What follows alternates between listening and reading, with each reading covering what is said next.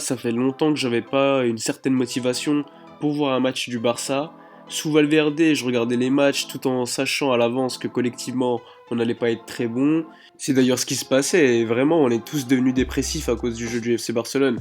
Alors certes, ça sera le premier match de Quique Setién au Barça, mais il faut pas oublier qu'il n'aura eu qu'une semaine pour reprendre l'équipe. Peut-être qu'à court terme ça sera pas encore top dans le jeu, mais bon, moi personnellement je suis persuadé qu'à moyen terme on verra des changements assez importants dans le jeu. En tout cas, depuis qu'il est arrivé, Quique Setién a mis clairement l'équipe au travail.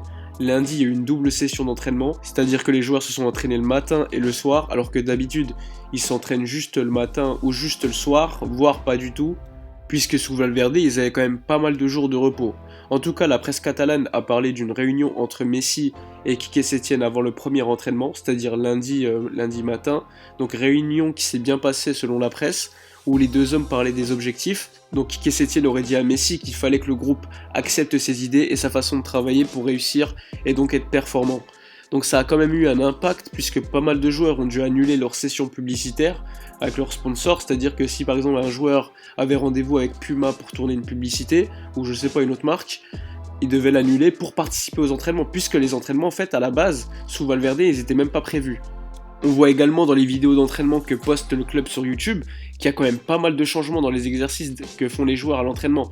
Il y a plus de travail physique, on a même l'impression que Quique Setién il reprend tout de zéro avec des exercices de passe. J'avais l'impression d'avoir le coach de mon quartier qui coachait des U13, franchement, on a l'impression que Valverde a détruit totalement les joueurs et leurs capacités techniques, tactiques, etc. En tout cas, ça fait plaisir de voir quand même les joueurs travailler à l'entraînement. Il y a certains journalistes qui disent que c'est assez similaire à ce qui se passait sous Guardiola ou encore Luis Enrique au niveau des entraînements. Quique Setién a même prévu un entraînement le dimanche matin, donc le jour du match. Donc ce serait plutôt une session tactique pour préparer les joueurs. Mais ce qui est aussi intéressant, c'est que les convoqués pour les matchs, ils ne seront plus annoncés la journée avant le match, mais bien le jour même pour que tous les joueurs soient concernés par le match. Donc c'est ce qui se passait sous Luis Enrique et Guardiola, c'est très intéressant pour garder les joueurs impliqués sur le prochain match de championnat tout simplement. Ensuite, alors oui, peut-être que c'est une méthode intéressante, mais j'espère que les joueurs ne vont pas craquer à un moment donné et prendre le pas sur Quique Setién. Après, personnellement, je pense que Louis et ses adjoints ont le caractère pour garder leur ligne directrice et contrôler ce qui se passe dans ce vestiaire, même si c'est un vestiaire qui est quand même assez compliqué avec des stars, parfois font ce qu'elles veulent. Venons-en au match. Le Barça va donc affronter Grenade comme je vous l'ai dit en introduction. Donc le match aura lieu ce dimanche à 21h au Camp Nou. Grenade nous avait quand même battu 2-0 lors du match de la phase aller à l'extérieur, donc c'était un match qui était catastrophique dans tous les points. Je me rappelle très bien de ce match, mauvaise entame de match, on encaisse un but assez rapidement. Grenade était bien au-dessus du Barça. En tout cas, j'espère qu'on verra tout autre chose. Après, on est au Camp Nou, donc normalement, ça devrait quand même aller. Je suis pressé de voir si Quique Setién aura déjà mis sa patte dans le jeu de l'équipe. J'ai hâte de voir aussi qui sera titulaire et quel dispositif il va mettre en place, même si le plus important, ça reste quand même l'animation. Personnellement, je pense que ça restera quand même un 4-3-3. Quique Setién avait mis en place d'abord ce dispositif, puis était passé à 3 derrière lorsqu'il était au Real Betis, mais il était passé à 3 derrière, puisqu'il avait besoin de surprendre ses adversaires, mais à la base, c'était plutôt un 4-3-3.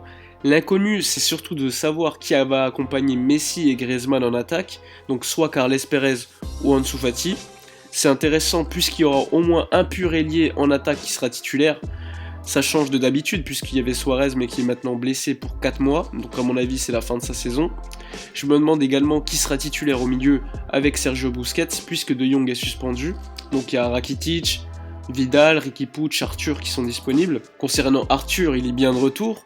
Tout comme Ter Stegen d'ailleurs, ils se sont entraînés sans problème toute cette semaine. Après, Arthur revient de blessure. Il n'a pas joué un match depuis assez longtemps, peut-être qu'il sera donc pas titulaire. Riqui Puig, lui, vient quand même du Barça B, donc j'ai pas mal de questions par rapport au milieu de terrain. En tout cas, si le milieu de terrain est composé de certains joueurs que personnellement, je veux pas voir du tout titulaire, je vais pas juger Quique Setién directement, vu qu'à mon avis, il considère que Riqui Puig n'est pas encore forcément prêt pour être titulaire au Barça et qu'Arthur n'est pas forcément à 100%. Personnellement, mon milieu idéal en l'absence de De Jong, ça serait Busquets en 6 qui accompagne Arthur et Riqui Puig. Mais à mon avis, Quique Setién va opter pour un autre milieu, même s'il pourrait me surprendre et me faire plaisir et titulariser le milieu que je souhaite. Setién, c'est quand même quelqu'un qui est quand même assez extrême dans sa vision du football. Franchement, ça m'étonnerait pas qu'il titularise Riqui Puig pour sa première. En tout cas, j'ai hâte de voir ça. Concernant Granada, c'est une équipe qui avait quand même super bien commencé le championnat espagnol. Je me rappelle d'ailleurs qu'à un moment donné, ils étaient même leaders du championnat. Par contre, ça n'a pas forcément duré, puisqu'aujourd'hui, ils sont 10e du championnat. Après, ça reste quand même un classement assez honorable vu l'effectif qu'ils ont. Après, j'ai vu quand même passer une statistique importante, c'est que Grenade a perdu 23 de ses derniers matchs au Camp Nou. Donc c'est assez rassurant. Bref, passons maintenant au 11 que je mettrais personnellement contre Grenade. Attention, c'est pas le 11 que je pense que mettra Quique Setién, mais c'est le 11 que j'aimerais voir. Donc Ter Stegen au but sans surprise, Jordi Alba à gauche, l'anglais Piqué en défense centrale et Sergi Roberto en tant que latéral droit. Mon milieu personnellement, comme je vous l'ai dit, c'est Busquets, Riqui Puig et Arthur. Et mon attaque, enfin l'attaque que je voudrais voir, c'est Messi, Griezmann, Ansu Fati.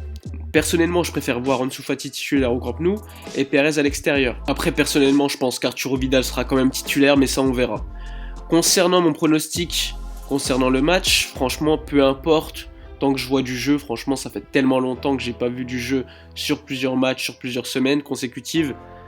Donc c'est ma priorité. Après, il faut gagner évidemment. Je vois bien un 3-1 à domicile qui nous permettrait donc de rester leader du championnat. Peut-être qu'on verra pas encore le travail de Quique Setién, mais on sait jamais. Je suis prêt à lui laisser du temps comme je vous l'ai dit tout à l'heure. Concernant le Real Madrid, ils vont jouer samedi contre le FC Séville. Donc si le Real gagne, il faudra absolument reprendre la place de leader et gagner contre Grenade. L'équipe aura quand même une certaine pression sur les épaules, moins que le Real Madrid qui va quand même assez bien depuis quelques mois, qui en plus sort d'une Super Coupe d'Espagne gagnée. Bref, la vidéo elle est terminée. Dites-moi en commentaire votre 11 favori pour affronter Grenade. Dites-moi également votre pronostic du match. N'oubliez pas de liker la vidéo, de vous abonner à la chaîne comme d'habitude. A bientôt pour une prochaine vidéo, mais d'ici là, portez-vous bien.